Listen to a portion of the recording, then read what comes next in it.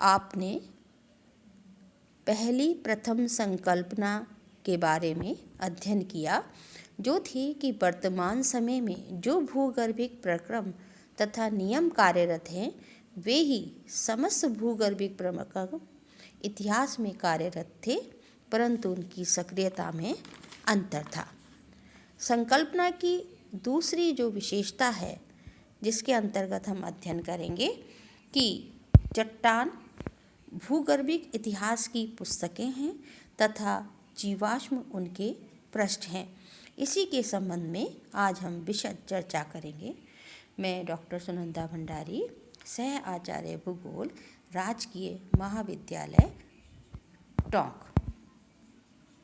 द्वितीय संकल्पना में जैसा कि आप देख रहे हो कि चट्टान भूगर्भिक इतिहास की पुस्तकें हैं और जीवाश्म उनके पृष्ठ हैं, क्योंकि हम सभी जानते हैं कि किसी क्षेत्र में मिलने वाले जीवाश्म के आधार पर हम उस क्षेत्र की शैलों के बनने के समय का बारे में ज्ञान प्राप्त कर लेते हैं और उस समय हमारी पृथ्वी पर किस प्रकार की जलवायु रही होगी इसके भी बारे में अध्ययन करते हैं।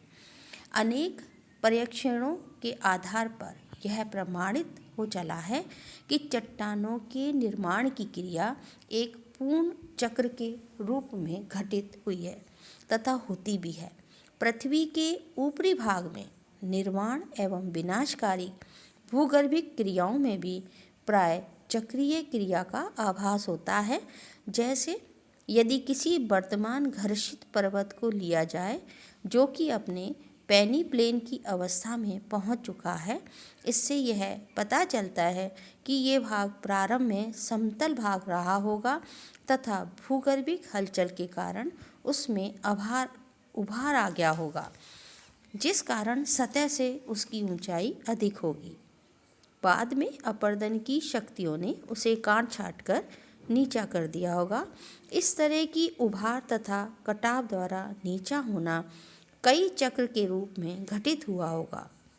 अपलेशियन पर्वत श्रेणी इसका सर्वोत्तम उदाहरण है। आग्नेय शैल का यदि हम चक्रीय निर्माण देखते हैं तो हम सभी जानते हैं कि सर्वप्रथम पृथ्वी की तरल अवस्था से ये संगठित होता है, निकले हुए लावा से। विघटन वियोजन द्वारा आग्नेय शैल चूर्ण में बदलती है। अपरदन के साधनों द्वारा जमाव और परतदार शैल का निर्माण होता है। दबाव तथा ताप द्वारा रूपांतरण और रूपांतरित शैल का निर्माण होता है और रूपांतरित शैल का पिघलना उससे अति रूपांतरण हो जाता है और आग्नेय शैल का निर्माण पिघली शैल के ठोस होने से होता है। इसी प्रकार से यदि हम परतदार शैल का चक्रीय निर्माण देखते हैं तो आग्नेय शैल से प्राप्त परतदार शैल रूपांतरित शैल से परतदार शैल का निर्माण होता है। आग्नेय शैल से प्राप्त परतदार शैल रूपांतरित शैल और रूपांतरित शैल से आग्नेय शैल और परतदार शैल दोनों का निर्माण होता है। रूपांतरित शैल का चक्रीय निर्माण परतदार शैल से और रूपांतरित शैल से होता है। रूपांतरित शैल अति रूपांतरण के कारण आग्नेय शैल, फिर परतदार शैल, फिर रूपांतरित शैल में बदलती रहती है। इस प्रक्रिया में हालांकि एक बहुत लंबा दीर्घकालिक समय लगता है।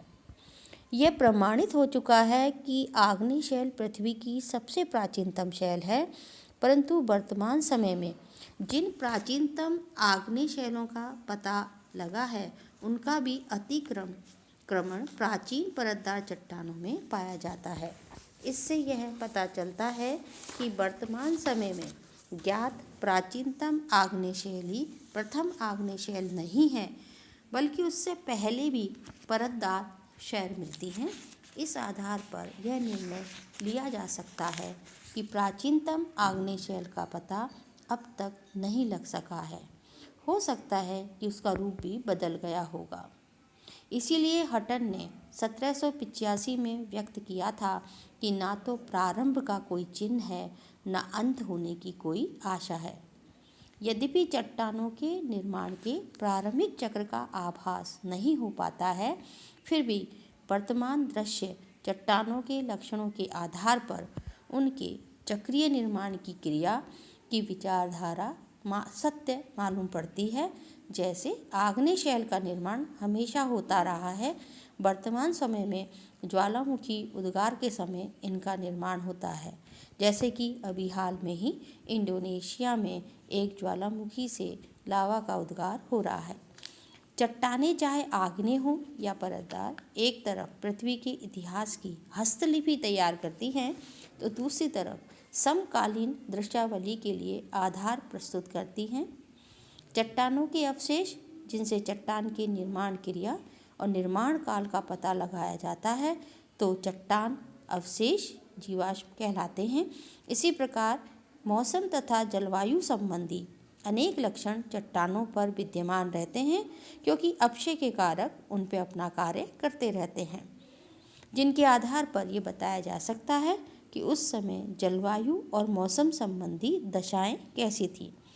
इस प्रकार के अवशेष भाग को मौसम अवशेष फॉसिल वेदर कहते हैं। जैसे कि दक्षिणी अमेरिका, दक्षिणी अफ्रीका, प्रायद्वीप भारत, अंटार्कटिका तथा ऑस्ट्रेलिया में हिम आच्छादन के स्पष्ट प्रमाण मिले हैं। यद्यपि हम देखते हैं कि वर्तमान समय में यहाँ की जलवायु उष्ण मिलती है। इतना ही नहीं, चट्टान के विभिन्न सतहों द्वारा ही भूगर्भिक इतिहास का पता चलता है। यदि कहीं पर परत के ऊपर का क्रमिक जमाव होता रहा है तथा वलन की क्रिया के द्वारा अगर उनमें परिवर्तन नहीं हुआ है, तो यहाँ साफ स्पष्ट है कि निचली तह सबसे अधिक पुरानी होगी तथा ऊपरी तह सबसे नवीन। लेकिन ऐसा नहीं होता है। यदि विभिन्न तहों में वलन पड़ जाते हैं या झुकाव हो जाता है तो उनका वास्तविक क्रम बताना कठिन होता है। कभी कभी ऊपर का वलन कटाव द्वारा कट जाता है तथा वहाँ पर पुनः दूसरा जमाव होने लगता है, परंतु दोनों सतहों में असंबद्धता पाई जाती है। इस प्रकार की असंबद्धता को असम विन्यास कहते हैं। इस असंबद्धता से चट्टानों के इतिहास का कुछ हद तक पता लग सकता है। वास्तव में इन दो प्रकार के जमावों की बीच की असंबद्धता का तात्पर्य है कि भूगर्भिक समय में एक लंबा अवकाश है।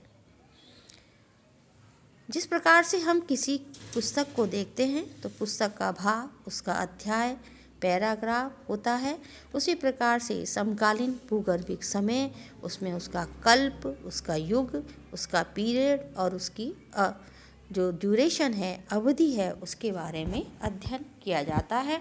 इसलिए हम कहते हैं कि चट्टान भूगर्भिक इतिहास की पुस्तकें हैं, तो जीवाश्म उनके पृष्ठ हैं जिनके द्वारा हमें सही जानकारी मिल पाती है।